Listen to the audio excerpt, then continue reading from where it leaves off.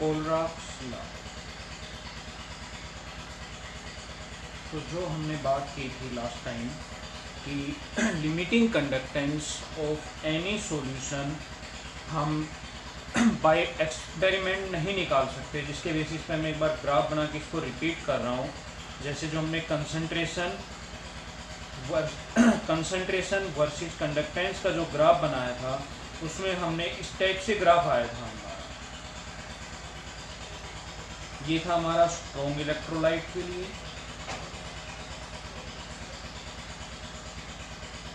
और इस शेप का हमारा आया था फॉर वीक इलेक्ट्रोलाइट।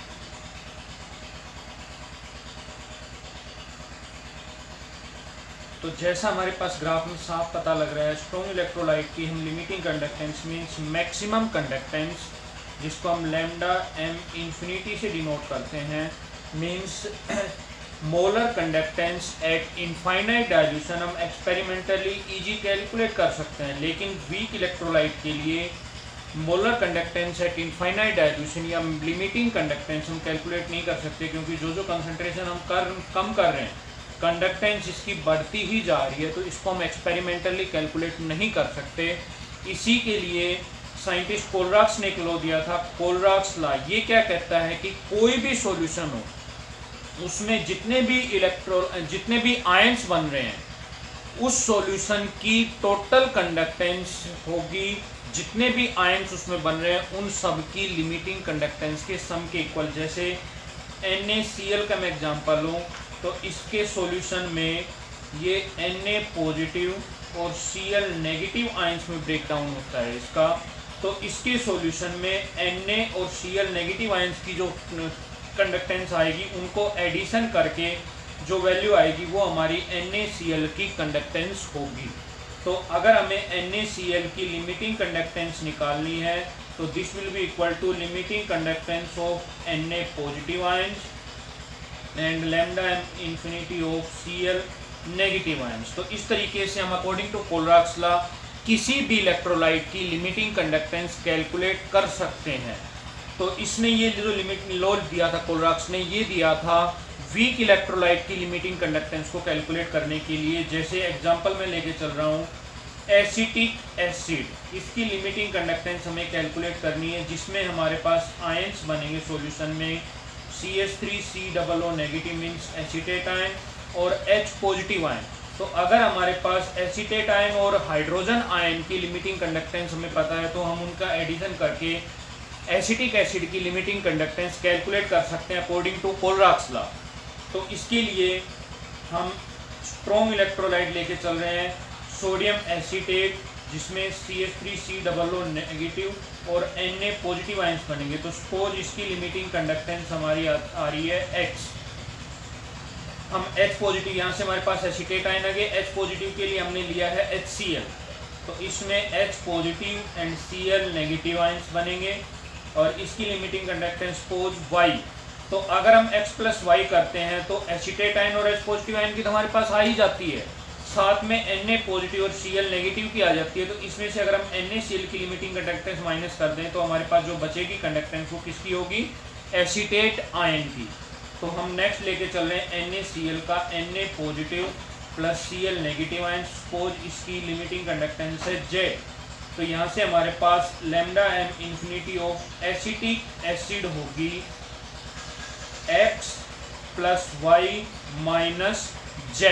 तो इस तरीके से हम किसी भी वीक इलेक्ट्रोलाइट की लिमिटिंग कंडक्टेंस निकाल सकते हैं अकॉर्डिंग टू कोलराक्स लॉ। तो फिर रिपीट कर रहा हूँ कोलराक्स लॉ की statement, according to this law limiting conductance of any electrolyte is equal to the sum of limiting conductance of its ion। या हम दूसरी स्टेटमेंट कह सकते हैं कि limiting conductance of any ion in solution is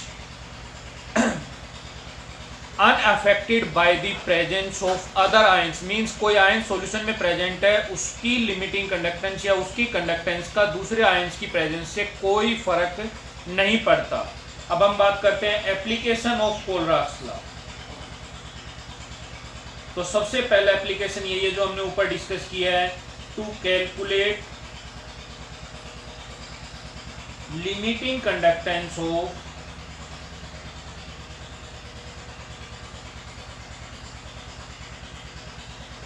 week electrolyte, जिस चीज के लिए कोलराक्स ने ये लो दिया था उसी की वही हमारी सबसे पहली एप्लीकेशन बन रही है। वीक इलेक्ट्रोलाइट की हम लिमिटिंग कंडक्टेंस यहाँ से कैलकुलेट कर सकते हैं, जिसका एग्जांपल मैंने ये एसिटिक एसिड का मैंने जो एग्जांपल लिखा है, इस तरीके से हम किसी भी इलेक्ट्रोलाइट की लिमिटिंग कंडक्टेंस कैलकुलेट कर सकते हैं। सेकेंड एप्लीकेशन हमारी बनती है टू कैलकुलेट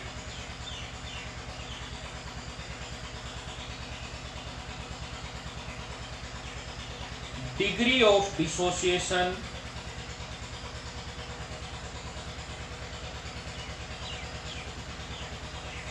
of electrolyte। हम इलेक्ट्रोलाइट की डिग्री ऑफ डिसोसिएशन कैलकुलेट कर सकते हैं, क्योंकि अगर हम ध्यान से देखें तो जितने आयंस बनेंगे उतनी ही ज़्यादा कंडक्टेंस होगी, जो हम फैक्टर अफेक्टिंग कंडक्टेंस में डिस्कस कर चुके हैं। तो जितना ज़्यादा डिसोसिएशन होगा उसमें नंबर ऑफ आयंस उतने ही ज़्यादा होंगे, और जितने आयंस ज़्यादा होंगे उसकी लिमिटिंग कंडक्टेंस उसकी कंडक्टेंस उतनी ही ज़्यादा होगी। तो इसी प्रिंसिपल का इस्तेमाल यूज़ करके हम अल्फा डिग्री ऑफ डिसोसिएशन निकाल सकते हैं, lambda M C upon lambda M infinity, इस फॉर्मूले को यूज करके, जहाँ पे हमारे पास अल्फा है degree of dissociation, lambda M C हमारा होगा कंडक्टेंस या molar conductance at given concentration, जिस कंसंट्रेशन पे हमें डिग्री ऑफ डिसोसिएशन निकालना है, और लैम्डा एम इंफिनिटी हम ऊपर डिस्कस करते आ रहे हैं कंडक्टेंस एट इनफाइनाइट डाइल्यूशन। तो इससे हम निकाल सकते हैं किसी भी इलेक्ट्रोलाइट का डिग्री ऑफ डिसोसिएशन, और अगर हमें ये डिग्री ऑफ डिसोसिएशन परसेंटेज में निकालना है तो ये हो जाएगा इनटू 100। थर्ड एप्लीकेशन आती है हमारी किसी भी हमारे स्प्रेंगली सोल्यूबल सोल्ट की सोल्युबिलिटी कैलकुलेट करने के लिए, to calculate solubility of sparingly soluble salt. हम किसी भी स्प्रेंगली सोल्यूबल सोल्ट की सोल्युबिलिटी निकाल सकते हैं। तो सबसे पहले हम बात कर रहे हैं स्प्रेंगली सोल्यूबल साल्ट होते क्या है। देखो, जब भी हम किसी सोल्ट को वाटर में डिजोल्व करते हैं या किसी भी सोल्यूट को सोलवेंट में डिजोल्व करते हैं तो उनकी सोल्युबिलिटी के बेस पे 3 टाइप्स के सोल्ट बनते हैं। सबसे पहला बनता है हमारा सोल्यूबल सोल्ट, मीन्स जिसकी सोल्युबिलिटी बहुत ज़्यादा हो, जिसको हम इजीली डिजोल्व कर सकते हो। सेकंड आती है हमारी स्प्रेंगली सोल्यूबल, जो पार्शली सोल्यूबल होता है, या कह सकते हैं जिसकी सोल्युबिलिटी ना के बराबर होगा। जैसे AgCl है, इसको अगर हम वाटर में डिजोल्व करते हैं तो वेरी वेरी लेसर अमाउंट में ये सोल्यूबल होता है। तीसरा बनता है हमारा इनसोल्यूबल सोल्ट, जिसकी solubility is very very very very less, means insoluble रहता है, ये डिजोल्व नहीं होता। तो यहाँ पे हम बात कर रहे हैं स्प्रेंगली सोल्यूबल सोल्ट की, क्योंकि जो इजीली सोल्यूबल हो जाते हैं उनका तो हम इजीली कैलकुलेट कर सकते हैं, लेकिन स्प्रेंगली सोल्यूबल जिनकी सोल्युबिलिटी बहुत कम है उनकी कैलकुलेट करने के लिए हम कोलराक्स लॉ ने फॉर्मूला दिया था, solubility is equal to K into 1000 divide by lambda M infinity. यहाँ पे S है हमारी सोल्युबिलिटी, मीन्स जिसकी यूनिट होगी ग्राम पर लीटर, 1 लीटर में कितने ग्राम सोल्यूट डिजोल्व हुआ है।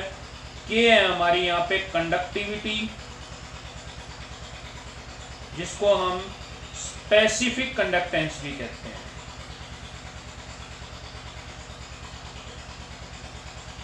और लैम्डा एम इंफिनिटी हम बार बार डिस्कस कर रहे हैं, conductivity molar conductance eight infinite dilution.